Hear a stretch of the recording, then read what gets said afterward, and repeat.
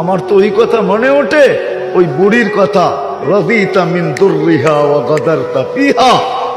এক জায়গার থেকে দুইজনে দুধ পান করলি, আর তুই বাড়ির জন্য ভাই গাদ্দার হইলি, তো হইলি কি করে? আমি তো আমার সমাজকে বুঝাইতে পারতেছি না যে ভাই বাড়ির জন্য গাদ্দার হয় কি করে। এক জায়গার থেকে তো দুধ পান করলো। আবার আল্লাহ তো বলতেছে লাবানান খালিসা, পিওর দুধ, এর কোনো বিকল্প কিয়ামত পর্যন্ত হবে না। ভাই গাদ্দার হলো তো হলো কি করে? ভাইয়ের বিরুদ্ধে কেস। আবার ভাইয়ের জমিন খাইলো তো খাইলো কি করে? ওইখানে তো প্রশ্ন এটাই ছিল, ভাই যদি খাইতো তো ভাই বলতো আমার ভাই তো খাইছে, ভাই তুমিই তো খাইছো, অসুবিধা নেই, খাও।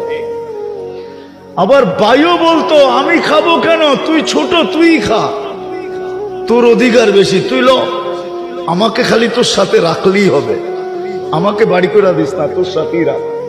এতটুকু বললি তো হতো। ওলামায়ে কেরামের প্রয়োজন এই জন্য, ওই আল্লাহর রসুলের বিধানকে কিয়ামতের সকাল পর্যন্ত টিকায় রাখার জন্য।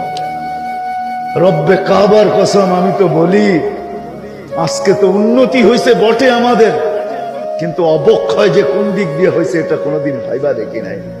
নাইলে আজকে পাখির মতো মুসলমানকে শিকার করা হয়।